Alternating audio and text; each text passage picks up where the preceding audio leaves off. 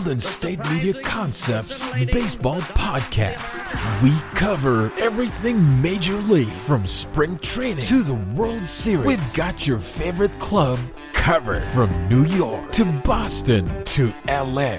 This is the Golden State Media Concepts Baseball Podcast.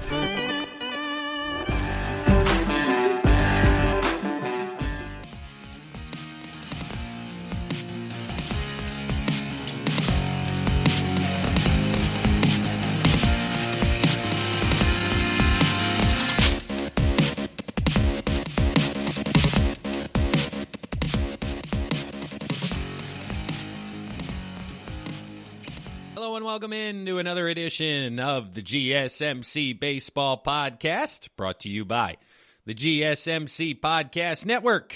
I'm your host, Kevin Mahalik. It is Thursday, January 21st. Hopefully everybody's having a great week out there. We got a great show lined up for you here today, a lot to discuss. Unfortunately, we're going to start off with some bad news. 2021 has started similarly to 2020, and we have had the passing of another Hall of Fame pitcher, Don Sutton, to discuss. But after that, we'll get into George Springer's new contract with the Blue Jays. What does that mean for the Blue Jays, the Mets, the Angels, the rest of the free agent market? We then have to discuss some breaking news out of New York. The general manager, who was recently hired only about a month ago, he has been fired for some explicit photos that we'll talk about kind of what that means for New York and moving forward. And then we'll wrap up the episode with all the latest news, rumors, other signings, everything that's taken place out there across Major League Baseball. But thanks for tuning in today. Like I mentioned, rate and review the podcast, share us with your friend. But let's jump on in. So, condolences go out to the Sutton family. Don Sutton, a Hall of Fame pitcher for the Los Angeles Dodgers, playing a total of 23 seasons across Major League Baseball. And, man, it's just unfortunate to be a Dodgers fan right now, because Tommy Lasorda passed away a few weeks ago. And like I mentioned, 2021 not doing us any favors here 3 weeks into the year. But diving into a little bit more information about Don Sutton, he pitched from the years 1966 through 1988 for a total of 23 seasons. I believe he had one season off in there, if I remember reading correctly, but ultimately put together a very, very impressive resume with a couple of different tidbits here that are, quite interesting in reference to today's style of game. So, Sutton passed away at the age of 75. He was battling cancer, and obviously cancer, we all know somebody who has been affected by it, whether it's ourselves, our friends, our family. We know that fight and that battle, and, it looks like Don, unfortunately, was unable to win that battle here at the age of 75. But he was inducted to the Hall of Fame in 1998. He was a four-time All-Star. He was also an All-Star Game MVP, and he has an ERA title to his name here moving forward. But diving into some more statistics and kind of year by year, you guys know how I like to kind of do some research and talk through these guys' careers, because, myself being born in 1989, Don Sutton hung him up right before I came into this world. So let's see. Career record, he was 324 wins to 256 losses. Now, those 324 wins obviously puts him in that 300-win club that everybody likes to get into, and only 24 individuals have ever made it that far. So 324 wins, certainly a great accomplishment. He had a career ERA of 3.26, which is certainly fascinating for the number of games that he pitched in, as well as started. And his game started of 756 actually puts him third all-time on the game started list, which I wouldn't have even known Don Sutton could be on that list. 23 years, 756 starts. He is only behind Cy Young and Nolan Ryan for games started in Major League history. And another reason why this is so impressive at the 756 mark is because after doing some research, Don Sutton never missed a start in the history of his career, literally every fifth day, every fourth day, whatever it was back then. He never missed a start, never spent time on the injured list. And with the way baseball is nowadays, my goodness, if a guy makes 25 out of the 35 starts, it's certainly something impressive nowadays. And to never miss a start over the course of 23 seasons, my goodness, is that impressive with the body, with the arm, not putting stress on it, being able to mix zones, mix pitches, mix speeds, reading reports on what people have to say about Sutton and how he was able to kind of manipulate the baseball. But, oh my goodness, 23 years and never missing a start. You know, we have guys who missed 2 years now based on Tommy John surgery and the timing of the issue and the problems that it causes to the elbow. So just a fascinating statistic, and I put a couple of exclamations down in my notes just to say, wow, that is one of the more impressive feats for a guy's career that I can ever remember. But going down the list here, like I said, we'll kind of run through some years, some career goals, but he had 58 shutouts, which certainly I found to be impressive as well. 23 years, meaning he had about 2.5 of those per year. 58 shutouts, that's really impressive. He threw 5 one-hitters. Did not have a no-no to his name, but 5 times, only gave up 1 hit throughout the course of the outing. And then he had 10 two-hitters. So very, very close. A number of times, 15 times, only giving up 1 or 2 hits. That's certainly not something to scoff at, but everybody knows how difficult it is to go no-no.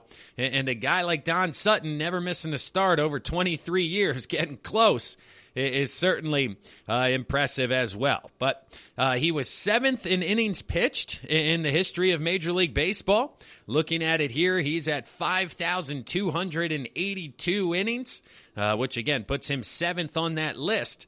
But one of the other accomplishments, because you never miss a start, he actually had a streak of 200-plus innings for 20 straight seasons. He did it from 66 to 86, and the only time he missed was actually 1981, but come to find out that this was the strike-shortened season of 1981 and had nothing to do with him getting injured or not being able to go deep into ball games, because 1981, he actually only had 23 starts, comparatively speaking to 40, 35, 33 of the like going up and down the list here. So, but 200-plus innings for 20 straight years. And I think I saw a statistic that showed last year in Major League Baseball, there were 15 guys who went 200 innings, and Sutton did it for 20 straight years. So that is just absolutely incredible. The longevity, the success you need to have to be able to do that is certainly fascinating. But Sutton never won a Cy Young Award. He finished in the top 5 for 5 straight years, from 1972 through 1976.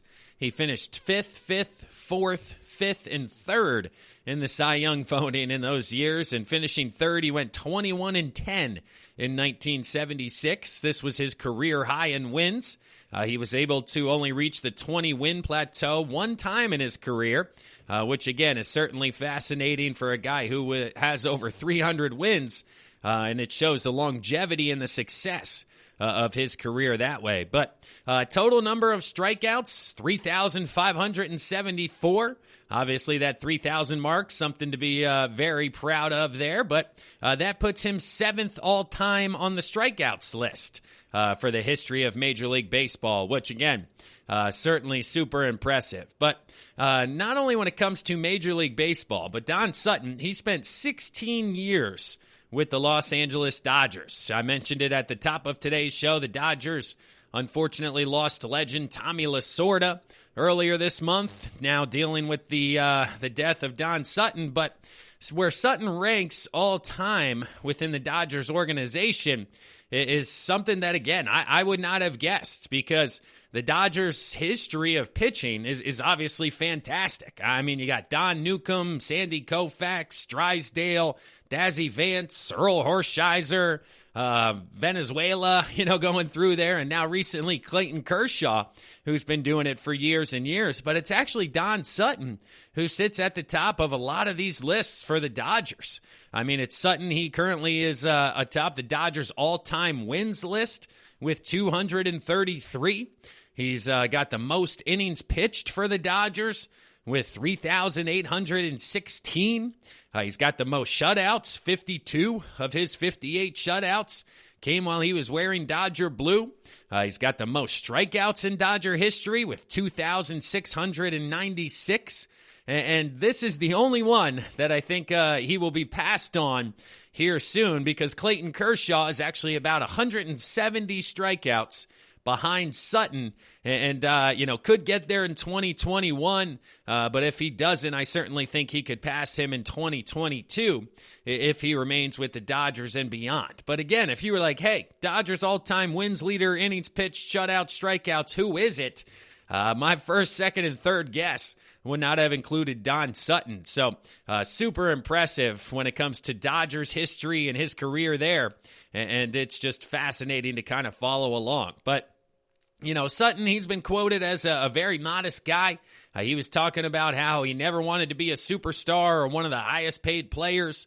All he wanted to be was appreciated for the fact that he was consistent, dependable, and you could count on him to take the ball every fifth day. So he certainly accomplished that throughout the course of his career. But it looks like here he signed with the Dodgers in 1964, a year before the first Major League Baseball draft in 1965.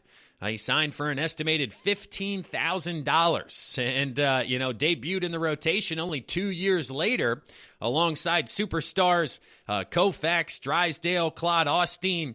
And, he held his own that first year, striking out 209 guys, which was the most by any National League rookie since 1911, when Grover Cleveland Alexander punched out 227. So came in right away, found success, was an extremely hard worker, but honestly, again, just didn't overpower you, doesn't have the Nolan Ryan fastball, the Sandy Koufax curveball, doesn't have that, pitch tied to his name, but because of that, he was able to put together multiple pitches and have success throughout the longevity of his career. So another streak for him. He struck out at least 100 hitters in 21 consecutive seasons.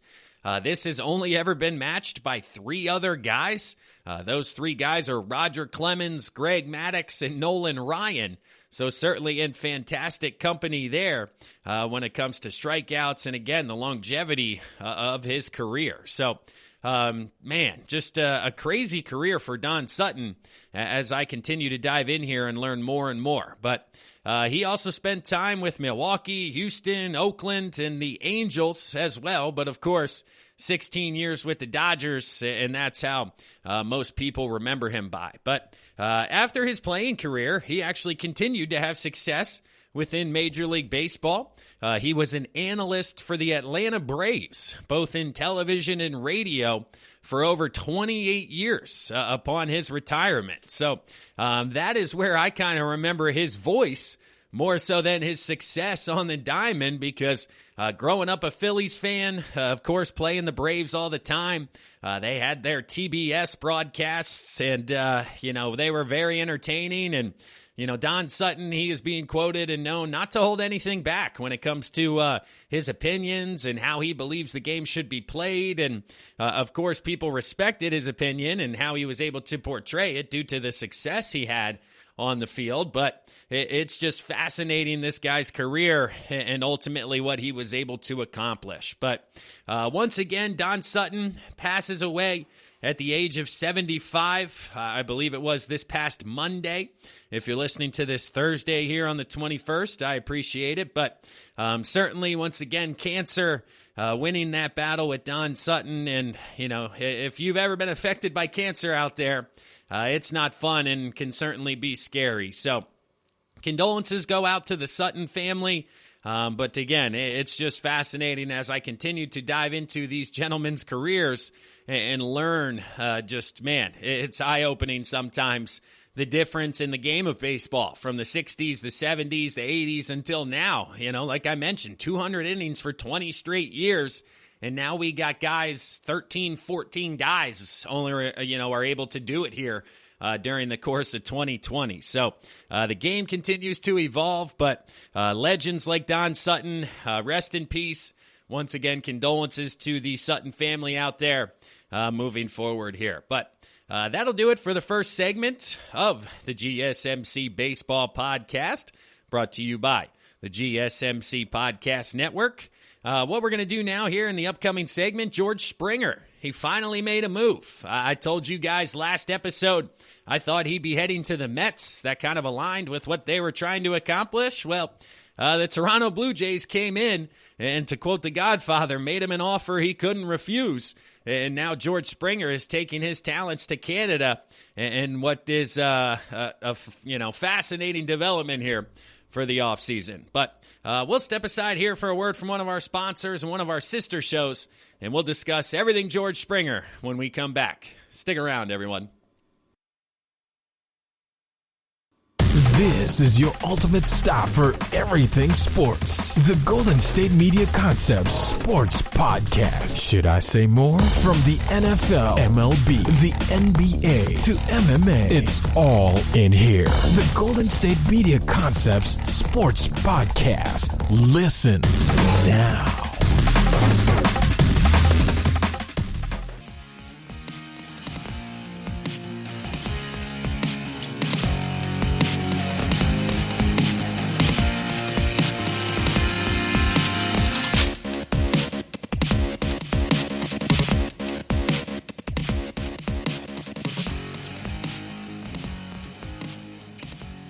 Welcome back to the GSMC Baseball Podcast, brought to you by the GSMC Podcast Network.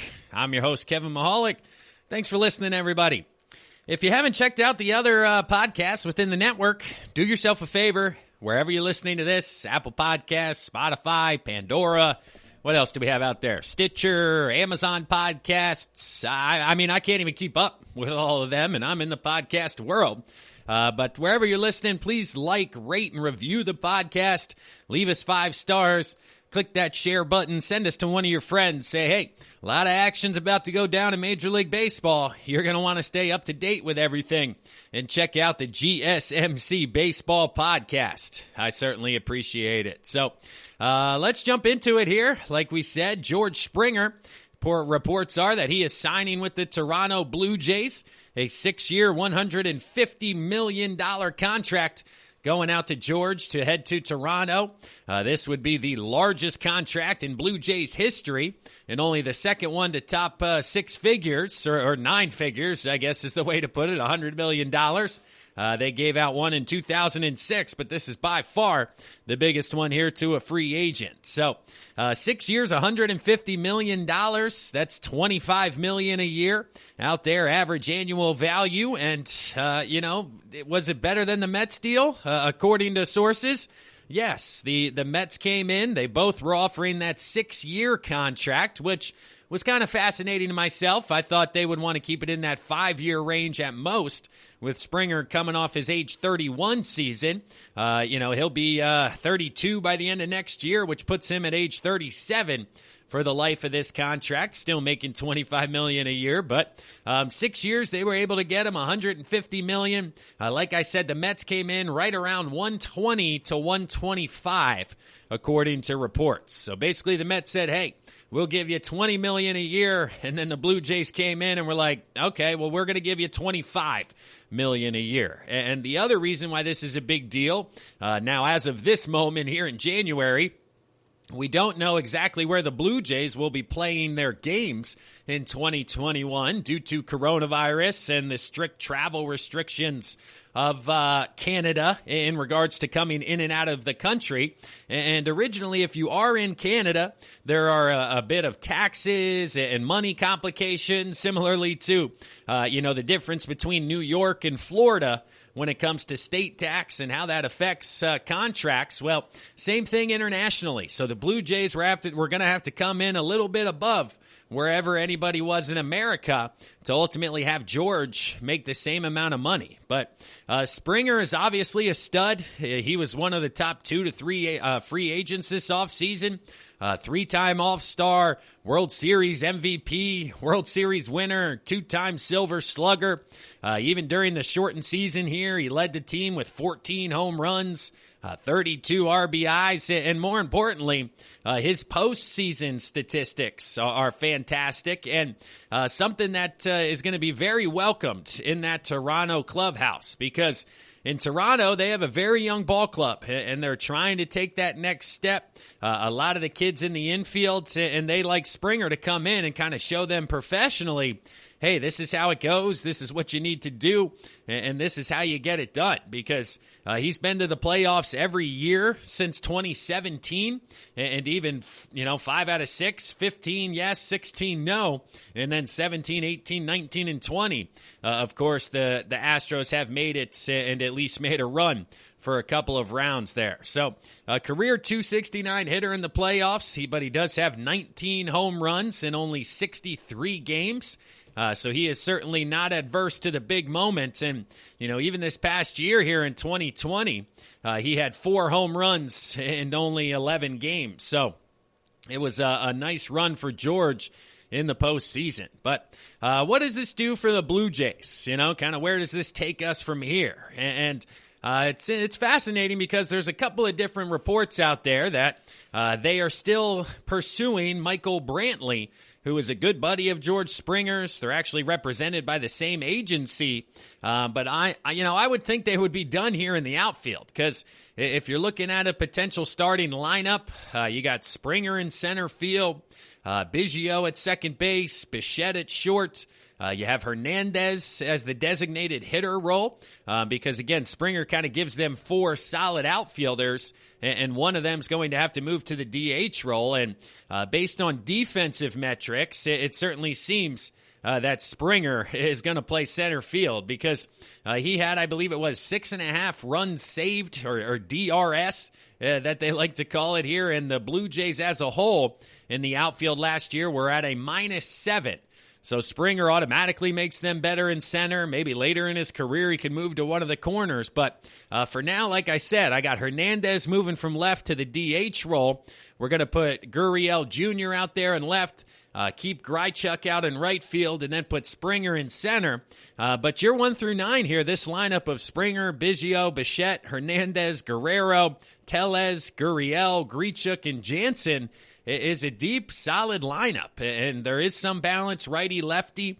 Biggio and Tellez are from the left-handed side, so it'll be fascinating to kind of see if Toronto is able to continue to compete with the big boys, because things are happening in the American League. I mean, I got to be honest with you.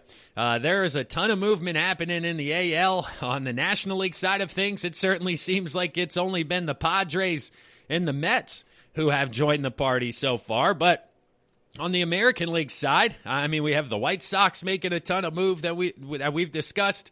Now you have Toronto joining the party. We had the Yankees just recently bringing back DJ LeMahieu. So it is kind of fascinating to follow along and see here the cat and mouse game, that's taking place when it comes to making moves and trying to stay relevant in the American League East. And the Blue Jays had themselves a day, because not only did they sign George Springer, or reports of signing George Springer, once again, this is pending a physical down in Florida. Springer's headed to their spring training facility down there to complete his physical. But once that all goes smoothly, like they anticipate, he will be a member of the Blue Jays and moving forward. So, but like I said here, the Blue Jays had themselves a day, because they also signed former Padres closer Kirby Yates to a 1-year deal. This deal is worth a guaranteed $5.5 million, but with performance bonuses, that can go all the way up to $10 million. So the Blue Jays adding a piece to the bullpen.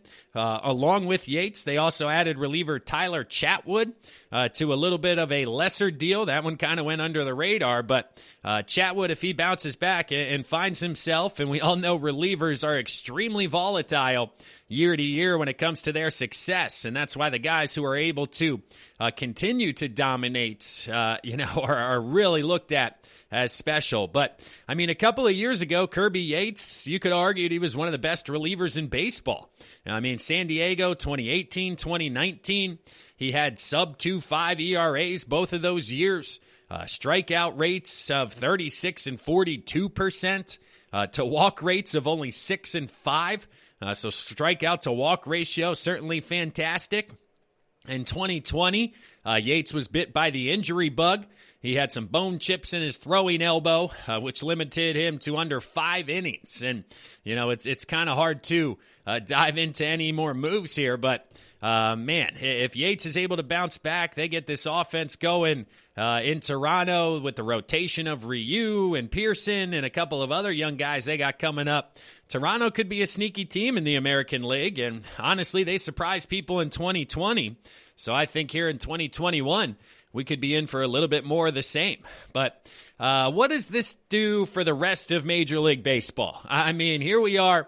We're about to tick into February, and one of the big three has finally signed. So where does this take us elsewise? Well, again, the Mets were in on George Springer, so we'll take our attention there and say, okay, well, where do they go next? Because clearly offering $20 million, they think they still have money to spend while still being able to extend Michael Conforto and Francisco Lindor.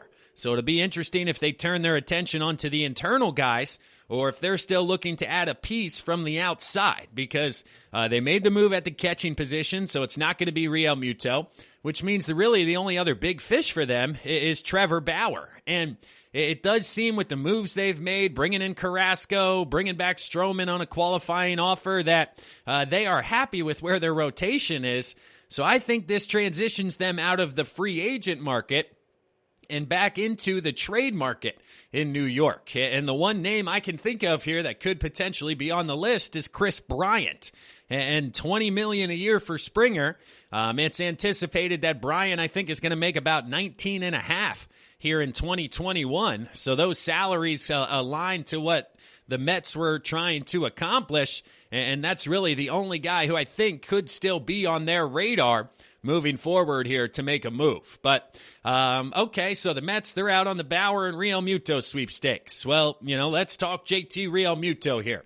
It came out last week. We talked about it on Monday's episode that the Phillies offered him, I believe it was a 5-year deal just north of $100 million. And it has been truly fascinating to see Real Muto's market kind of continue to develop and not really develop at the same time. I mean, again, there were talks that he wanted $30 million a year, $25 million, $150, $180, and the Phillies, who for once seem to have their finger on the pulse here and get things right, because they're going, no, JT, that you're not getting that on the free agent market. So we're not going to give that to you before you get there. And everybody in Philadelphia was so upset that they were going to allow him to test free agency.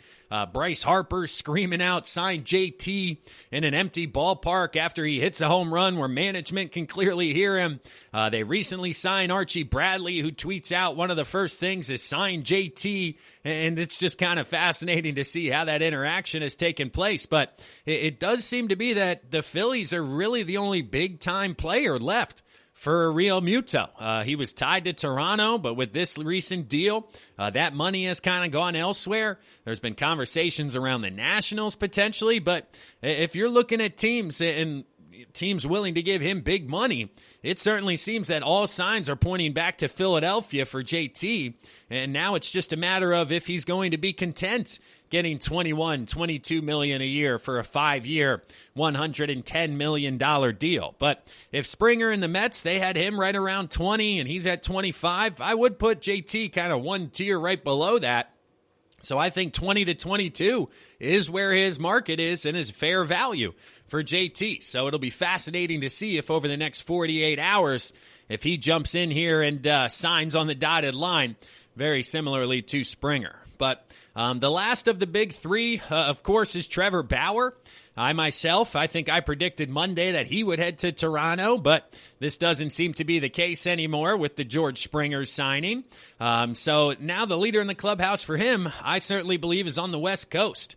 The LA Angels are one of the few big names who could potentially be involved, and this could change the thinking of Trevor Bauer potentially, right? So there were conversations earlier in the offseason. Is he looking for a long-term commitment with big dollars or a short-term commitment with big dollars and betting on himself once again? Because if he's willing to kind of come down to that 1 to 2 year mark, it certainly allows his suitors to open up. Teams like the Dodgers could be involved at that point. I wouldn't rule out the Padres, who continue to make moves. And even on the East Coast, the Yankees, the Mets, I think they'd certainly be more interested in a 2-year, $70 million deal than 5 and 150 or whatever those numbers come out to here. But hopefully we're going to have some traction and some movement here sooner than later across the free agency market, because George Springer, one of the first dominoes to fall, and like I mentioned here, kind of puts everything else into place and changes the probabilities on where these other guys end up. But shout out to George Springer. I've met George a couple of times. He was always a fantastic individual, super nice, very clever, funny, witty guy, and wishing him the best. And from everything I've heard around the clubhouse, that certainly is echoed across Major League Baseball. So George Springer taking his talents up north to the Toronto Blue Jays, 6 years, $150 million. He's the first one of the big three to sign. What does this mean?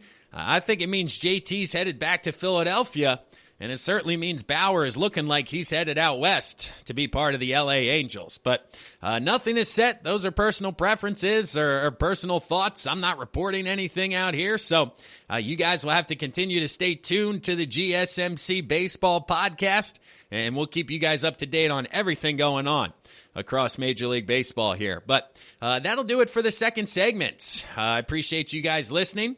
We'll step aside here now for a word from one of our sponsors and one of our sister shows. But when we come back, we'll discuss the rest of the free agent market. There were a handful of signings under the radar, not as high level, but things are starting to kind of fizzle. The hot stove is starting to bubble. Not quite boiling yet, but starting to bubble. So stick around, everybody. I'm Kevin Mahalik. We'll be right back. Tired of searching the vast jungle of podcasts? Now listen close and hear this out. There's a podcast network that covers just about everything that you've been searching. Hey! The Golden State Media Concepts Podcast Network is here. Nothing less than a podcast bliss with endless hours of podcast coverage. From news, sports, music, fashion, cooking, entertainment, fantasy, football, and so much more. So stop lurking around and go straight out to the Golden State Media Concepts Podcast Network. Guaranteed to fill that podcast itch. Whatever it may be. Visit us at www.gsmcpodcast.com. Follow us on Facebook and Twitter, and download us on iTunes, SoundCloud, and Google Play.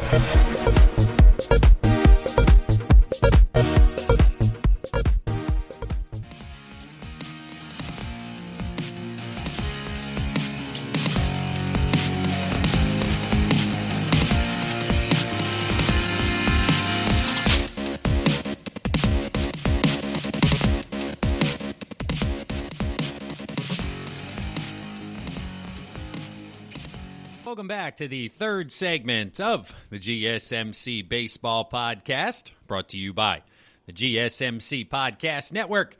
I'm your host, Kevin Mahalik. Thanks for tuning in, everyone. Hey, if you guys haven't checked us out on social media, do myself a favor, do yourself a favor.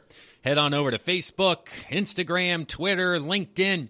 Check out both the GSMC Baseball Podcast as well as the GSMC Podcast Network. Both of those individual pages on each platform. One will keep you up to date on everything going on Major League Baseball, and the other will keep you up to date with everything pretty much in the world. Obviously, Inauguration Day is happening, so there's a lot to talk about, a lot to share with you guys, and a ton of things to discuss. But if you haven't checked those out yet, head over to social media. Please do so.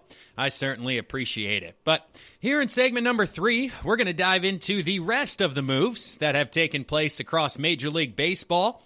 We obviously discussed the big 3 in the last segment with Trevor Bauer, JT Realmuto, George Springer, all coming towards the finish line when it comes to deals here, but there were a handful of moves made elsewhere, as well as a ton of rumors and notes to discuss with you guys. But the first one I want to start out with is left-handed starting pitcher Jose Quintana. He signed a 1-year, $8 million deal with the LA Angels, according to a source. This is pending a physical, but seems to be done. This reunites Quintana with manager Joe Maddon, who managed him from 2017 to 2019 with the Chicago Cubs. Quintana's career ERA of 3.73 over the course of 9 seasons. He was an All-Star in 2016, so he only had 1 start last year. He was cut short due to a cut or a laceration on his left thumb, his pitching thumb, during the summer camp or spring training 2.0, which limited him to 10 innings. And, that was the first time he had really missed some time due to injury because for the 7 years prior, he had at least 30 starts and over 170 innings. So for the Angels, this was certainly a welcome asset and an attractive quality for Quintana because they had trouble basically getting innings from their starting pitcher. They only had 1 guy last year, or in 2019, with the last full season, reach 100 innings. So Quintana, he figures into a rotation that also includes Dylan Bundy, potentially Shohei Ohtani. You got Griffin Canning, Andrew Haney. But the Angels still could potentially be in on Trevor Bauer, like we discussed. And ultimately, you throw Bauer, Quintana, Bundy, and Ohtani, and all of a sudden the Angels are certainly a lot better on paper than they were just a year ago. So wait and see if you're an Angels fan, but it was certainly a nice first move and an improvement to the rotation to bring in Quintana. Next on the list here, we have Jon Lester. Lester recently signed a 1-year, $5 million $5 million contract with a 2022 option for both the Nationals and Lester. It's a mutual option. And, this is a solid signing for the Nationals. When you look at their rotation, they got the top 3 of Scherzer, Strasburg, and Corbin, and then you mix in some Jon Lester as the 4 or number 5, and that's kind of where he fits at this point of his career. You know, he's kind of coming on the back 9 now. Last couple of years, he's 37 years old. He's recently had some velocity drop, so he's no longer that front-end starter, but he is certainly somebody who knows how to pitch and knows how to win. Has had playoff success both in Boston and Chicago, so it'll be fascinating to see if he can kind of filter into that 4 and 5 slot and potentially watch his stats tick up a bit. But when it comes to the velocity, talking strictly 4-seam, all the way back in 2016, he was at about 93 miles an hour, and this has dropped every year since then to where 2020 was the first year he averaged just under 90. So Lester certainly needs to kind of reinvent himself almost for a third time here, work off-speed pitches because he's not going to be overpowering anymore with his stuff there in the low 90s, high 80s. But it's an interesting kind of projection for him. People have him in an ERA around 5 based on some fan graphs and things like that. But, once again, in that 4 or 5 role, when you're coming up behind Strasburg, Scherzer, and Corbin, the pressure is a little bit less for Lester there in Washington. So I think that's a good fit for the Nationals as they boost that pitching staff that carried them all the way to the World Series not too long ago in 2019. So the Nationals certainly got better as well. We also had a trade to discuss. The Pirates traded pitcher Joe Musgrove. He was the highlight of the deal to the Padres in a 3-team deal that sent pitcher Joey Lucchesi to the Mets. So the Pirates received back pitcher David Bednar and 4 minor leaguers, notably outfielder Hudson Head is the big one going back to Pittsburgh. But Musgrove is a very underrated talent. I mean, and the Padres just continue to load up on the rotation. I mean, Clevinger's still out, but all the other additions, they traded for Darvish, they traded for Snell, now they trade for Musgrove. So they are absolutely going for it. And these are the names that continue to be impressive. I mean, when you're looking at Musgrove compared to some of the other top pitchers in the big leagues, there were only 10 starters who had a whiff rate or a swing and miss rate of at least 50% on any specific pitch type in 2020. Now, the minimum here for this graph was 25 pitches. But there were only 2 starters who had multiple offerings within that. So 10 starters, but only 2 of the 10 had 2 different pitches with a whiff rate of at least 50%. Those 2 names, number 1, American League Cy Young winner Shane Bieber, and number 2, you guessed it, Joe Musgrove of the Pittsburgh Pirates.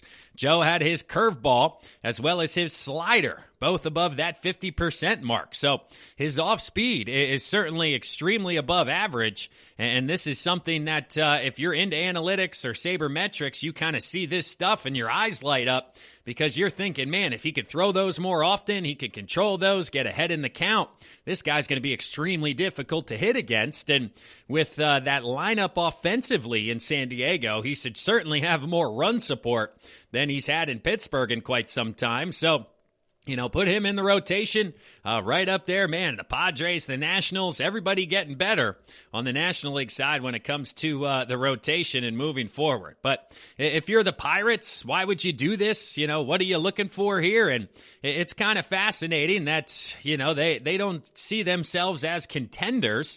And Musgrove has 2 years remaining on his deal, and within that window, they don't fancy themselves being able to win the division. So they moved on for some prospects, got a couple of relievers, some outfielders that, are 3, 4, 5 years away from potentially contributing at the big league level. But based on Pittsburgh's actions and what they have done so far, this timeline aligns with when they believe they can be competitive. And it'll be interesting. Another rebuild in Pittsburgh. They made the playoffs there for a couple of years, and now they find themselves starting over here once again. But the Padres, they just continue to improve, and I'm certainly going to have a lot of fun watching those guys play ball here for pretty much the entirety of the summer. So that's it for the hard moves, the hard signings. Now we'll transition into the rumors that are heading out there.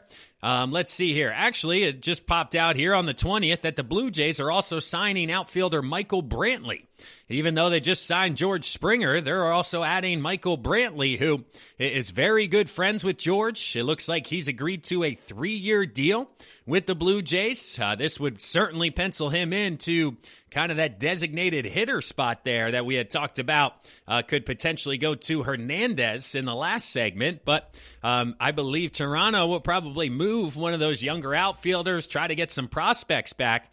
But if you put Brantley in the middle of that lineup, Springer at the top of that lineup, like we said, around Bichette, Guerrero, and all those other guys, man, the Blue Jays certainly having themselves a day here in the last 48 hours because it had just popped up on my timeline that Michael Brantley will indeed sign with the Blue Jays, pending a physical, and these are, of course, sources still to this point, but that does seem to be picking up steam here moving forward.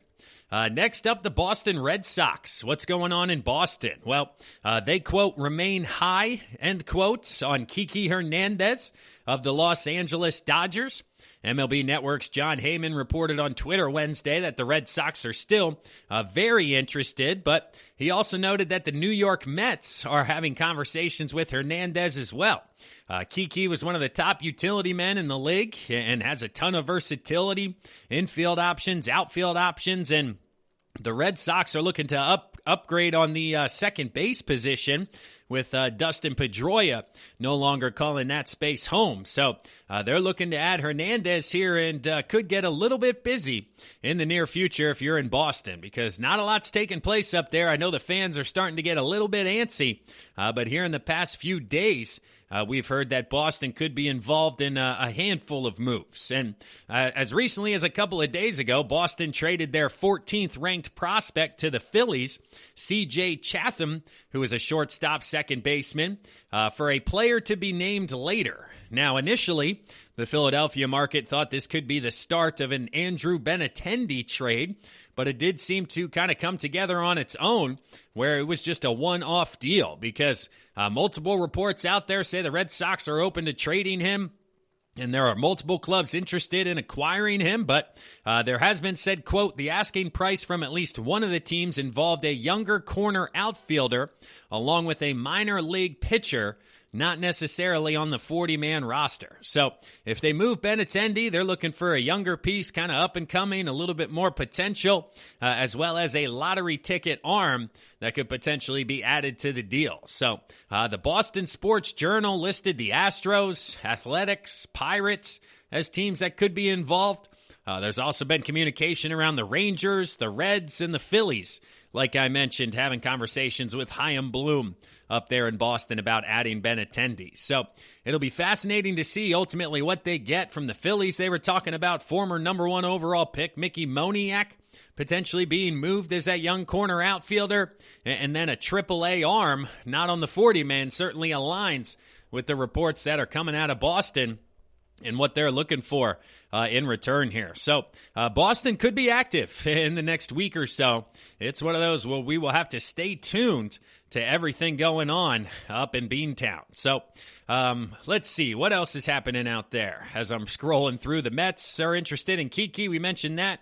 The Minnesota Twins, they are interested in potentially bringing back Marwin Gonzalez.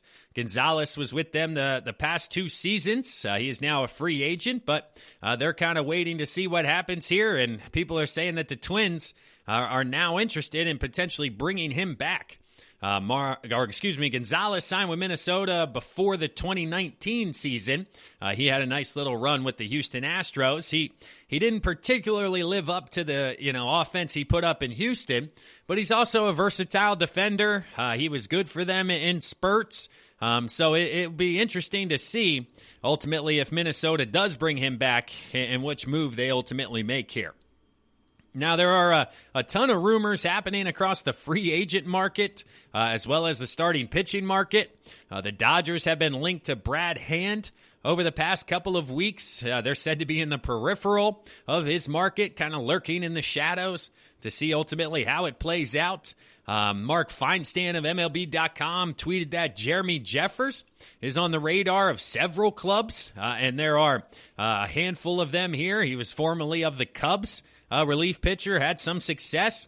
Those teams named Red Sox, Cubs, Astros, Dodgers, Mets, Phillies, Blue Jays, Nationals. I mean, that's pretty much everybody across the board. But he had a fantastic 2018, but has been unable to kind of repeat that since. And teams are hoping that they can get him back to that form. 2 other names that have recently thrown in front of scouts during a quote-unquote showcase, very similar to the Corey Kluber situation, where Anibal Sanchez, as well as Julio Teheran, who was formerly of the Atlanta Braves.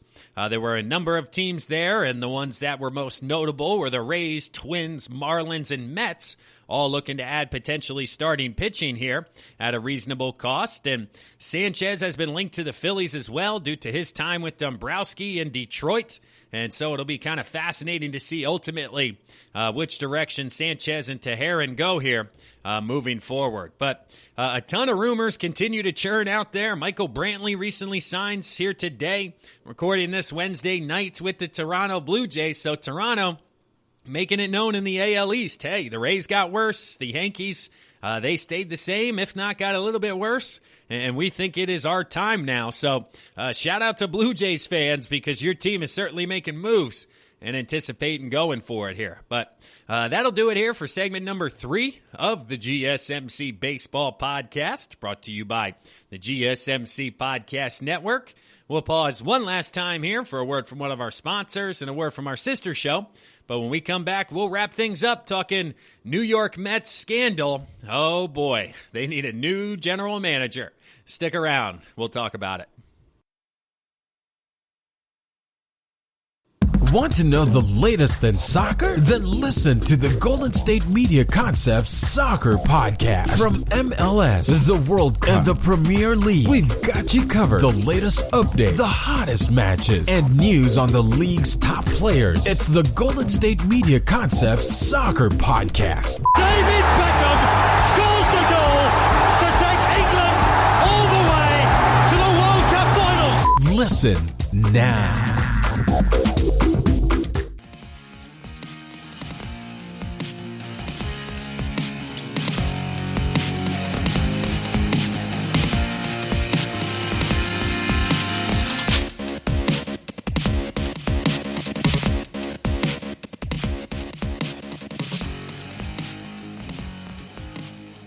Hello, and thanks again for listening to the GSMC Baseball Podcast, brought to you by the GSMC Podcast Network.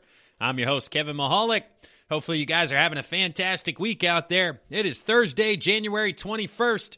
We are cruising right along here, under a month until spring training reports at the end of February. Pitchers and catchers even sooner than that. And like we talked about in episodes past, Major League Baseball has let them know they intend to play a full 162 and stay on time this year in 2021. The owners wanted to push it back, but the players let them know that they do not have the right any longer to declare an emergency situation. So we are moving on fast and heavy here as we head on to 2021. But unfortunately for Mets fans out there, there has been some recent positivity growing. You know, they added Lindor, Carrasco. They're still in on a few names here in free agency, but there was a scandal that recently took place where New York's new GM, Jared Porter, he acknowledged that he sent explicit images to a female reporter back when he worked for the Chicago Cubs. So back when he was president of or director of professional scouting, he then would text a foreign correspondent who had moved to the United States to cover Major League Baseball before these texts, ended up not being very professional. And, I got to watch my words here with exactly what happened. But he texted her a ton of times, 15 photos, 16, basically getting into the area of jail or male genitalia is the way to describe it here. So this has come out only a month or so after he was hired by the New York Mets. And once this report was filed on Monday, or the report was released, it was then known that Tuesday morning, the Mets fired Porter from a tweet from owner Steve Cohen, making it official. He said, quote, "In my initial press conference, I spoke about the importance of integrity, and I meant it. There should be zero tolerance for this type of behavior." So, kind of breaking down the timeline of this story, these pictures and text messages took place back in 2016, 2017, and ESPN obtained the messages back in 2017. They spoke to the woman who was on the receiving end, but at this point, she did not want to go forward with these allegations because she concluded her career could be harmed if the story emerged. But in the recent days, this woman, who has since left journalism and gone back to her home country, she continues to speak on the case of immunity because basically where she's from, women's rights and women's empowerment is not where to the level it is in America. So she does not want to get, quote, dragged through the mud if your name is associated with any type of sexual scandal. So she has yet to come out, but ESPN thoroughly vetted the article, did a lot of interviews. There's an extremely well-detailed, well-written article by Jeff Passan, I believe, on ESPN. It's by Jeff Passan and Mina Kimes, the two who released the article here. It goes into quite a bit of detail regarding their texts. It actually has copies and images of their texts, and Porter sending a couple of different images, and why won't you respond, and am I annoying you? And, certainly at the end, there was the one that crossed the line. The woman did say that she responded back finally that this is inappropriate and crossing the line, and I'm not comfortable. And then the next day he did text, I'm sorry, but she goes on to state that she never felt that he actually felt those emotions and was just saying that to ultimately, hopefully, soothe these things over. So she continues to be strong in coming out and discussing this, but the timing for the Mets certainly could not be any worse. And, one of the first thoughts that I had was certainly is, how do you not find this out, or how do you not know about this during the hiring process? Like, isn't this part of the vetting process or the background check, or, multiple different ways while you're checking, different sources, different references? None of this comes to light here. It's just kind of fascinating. And Sandy Alderson did speak to this a little bit. He said, quote, "This is a wake-up call. It clearly suggests something like this can be out there in connection with almost anyone. We have to do our best to make sure we know about that information, but there are limits to what we can actually get. I don't think this reflects a fundamental flaw in the process. I think this is a very unfortunate circumstance that we wish we knew about, but did not." End quote. So again, the Mets, you're going through guys, you're bringing them up here. I know we all have our kind of individual secrets, so to speak, but I feel like something this large that's kind of outstanding, you could have had a conversation, because again, ESPN, Mina Kimes, and Jeff Passan, they had known some of this information, were continuing to gain this information all the way back to 2017. So Sandy Alderson didn't call ESPN or didn't call Jeff Passan to kind of say, hey, what have you heard about this guy? What's going on around the league? What's the, the communication in the back channels? Because I felt like they may have been tipped off to something like this and, could have helped them out here. So let's see. Anderson continued, "There really wasn't a dissenting voice. So from my standpoint, I was shocked. Eventually, that gives way to disappointment and a little bit of anger. There's always a risk associated with hiring. There was no disclosure of this conduct. I don't think we would have hired Jared if we had known about the conduct beforehand. Should we have known? We did a background check. We asked if there was anything else we need to know." And end quote. And apparently Porter did not disclose this conduct during the hiring process. And yeah, of course, Porter's not going to rat himself out during the hiring process. That's part of your responsibility as the team who's doing the hiring, to be able to dig a little bit deeper and potentially figure out what's taking place. So it's just a fascinating circumstance, and one of those where, once again, it does seem a little bit fuzzy, but once somebody gets into the position of power, a story like this comes out just moments later. So Passan and Mina Kimes discussed about this and the timing of this, and it had nothing to do with the hiring. It has everything to do with the victim and how she wanted to go about the story, and this isn't their story, this is her story. So there are multiple different lenses, multiple different angles that you can talk about this. But again, just as a Mets fan, you got to be thinking to yourself, wow, once again, we make a hire and we have to move on from him. And just a month later. So Major League Baseball has come out and it was reportedly planning to investigate Jared Porter.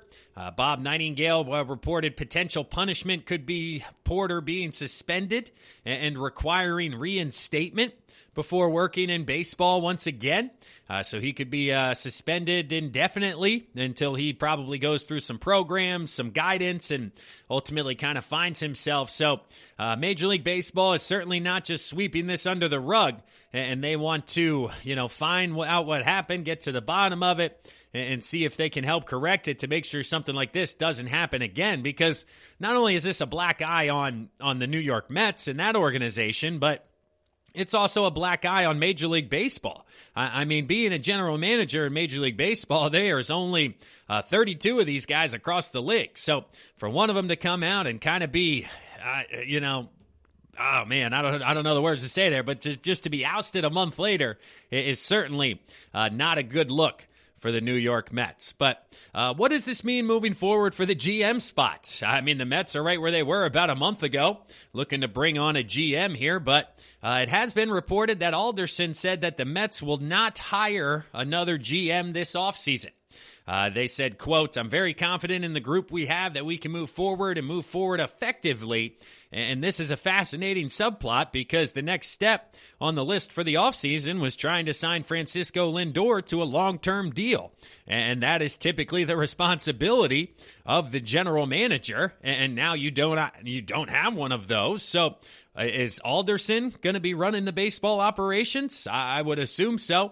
And he's going to be the one making the decision on Lindor and which direction they go. And oh my goodness, it just adds a bunch of wrinkles to that side of things moving forward. But, who would be the leading candidates, not only this year, but moving into next year?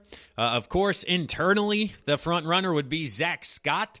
Zach Scott was a finalist for the GM job, but wound up being hired as assistant general manager under Porter. So basically that means he's already working in the upper echelon of the Mets. They could essentially promote him without, giving him that title or announcing him as strictly general manager, but he could continue to make all of those moves and decisions under Alderson. Scott had spent 17 years working for the Red Sox. He's become steeped in analytics, and that puts him certainly at the top of the list moving forward. There's some fans of New York who want Theo Epstein to potentially come in here now. Big market team trying to build up. It could be a rejuvenation thing for Theo, but, he was recently brought on at the commissioner's side of things. He's working for Major League Baseball as a whole, and I think it's a nice move because I anticipate Theo Epstein being the next commissioner of Major League Baseball. I think Rob Manfred, we all know what a horrible job Rob Manfred has done, going back to the Astros scandal, the Red Sox scandal, all of this negotiations taking place, and just every time the guy speaks, it feels like he's putting his foot in his mouth.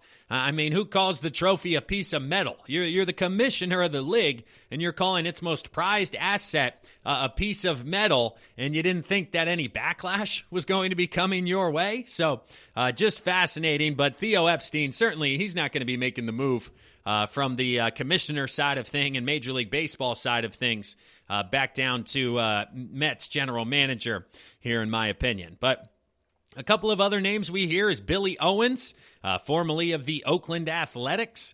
He's been involved with a couple of different stints. He is 49 years old. He played for 7 years in the minor leagues. He's got a scouting background. He's big into blending analytics and scouting and the eye test. And, he's certainly done great things out there in Oakland. And he has a strong background here for a potential candidate. You also have Michael Hill, who was interviewing for the Phillies general manager position. He spent more than 2 decades with the Marlins. They parted ways after the 2020 season, even though the Marlins had made the playoffs for the first time in a long time with pretty much a rundown roster that nobody had anticipated making the playoffs. So it was certainly fascinating to see him go a potentially different direction and ultimately why. But you also have John Rico, who works internally with the Mets. He could potentially get promoted. It does seem like he will be on the team that Alderson was talking about with Scott and ultimately coming to make team-wise decisions. You have Bobby Heck out of the Tampa Bay Rays organization. People have discussed with him that he could potentially move, but, teams are not dumb. Even here in Philadelphia when we were looking for GMs, you look at the teams that don't come from a big market and that are always successful in turning over talent, and the Tampa Bay Rays come to mind, the Oakland Athletics come to mind, you have the Cleveland Indians, who seem to be very good year after year, and a lot of teams like to pull from these types of organizations to make their moves for the next guy moving forward here. But from everything we've heard from the Mets side of things, they are currently not interested in adding a GM from outside the organization here in the next month as we move forward to the 2021 season. So Jared Porter is out. He sent unsolicited, explicit photos to a former correspondent that, once again, read the article on ESPN if you want to get into a ton of detail here, but not a good look for the Mets and not a good look for Major League Baseball at all here. But that does it for today's episode, everybody. Thanks for listening. What did we cover here today? Just to briefly recap, of course, at the top of the episode, we talked about the passing of Don Sutton. Unfortunately, Los Angeles Dodgers great has moved on. Rest in peace. Condolences go out to the Sutton family. We discussed all of his accolades and everything he did for Major League Baseball here. Rest in peace, early 2021. Then we talked about all the signings, news, rumors. The Toronto Blue Jays making a ton of moves. They signed George Springer, Michael Brantley, Kirby Yates, a couple of other guys up there, as well as the Nationals make a move with Lester. The Padres add another starting pitcher with Musgrove. The Phillies added Archie Bradley. And then we talked about all the latest rumors, how this affects JT Realmuto and Trevor Bauer. Where do they end up? The New York Yankees are still looking for starting pitching, but trying to stay under the luxury tax. So a ton of stuff going on out there, but I appreciate you guys listening once again. So I'll ask you one last time here before we sign off. Please rate and review the podcast wherever you're listening. Apple Podcasts, Spotify, Stitcher. Like, rate, review, subscribe, whichever platform it's on. You know, there are different buttons there. But if you leave a comment, I'll read them here on the show. If you guys have a question, we'll talk about it. We'll discuss it. As well as head to social media, GSMC Baseball Podcast, as well as the GSMC Podcast Network. Check out both of those. And then lastly, be a friend, tell a friend. Continue to help us share the podcast here as we are creeping ever so closely back to baseball here in 2021. But thanks for listening, everyone. Once again, I'm your host, Kevin Mahalik, and I will talk to you guys again on Monday. You've been listening to the Golden State Media Concepts Baseball Podcast, part of the Golden State Media Concepts Podcast Network. You can find this show and others like it at www.gsmcpodcast.com. Download our podcast on iTunes, Stitcher, SoundCloud, and Google Play. Just type in GSMC to find all the shows from the Golden State Media Concepts Podcast Network, from movies to music, from sports to entertainment, and even weird news. You can also follow us on Twitter and on Facebook. Thank you, and we hope you have enjoyed today's program.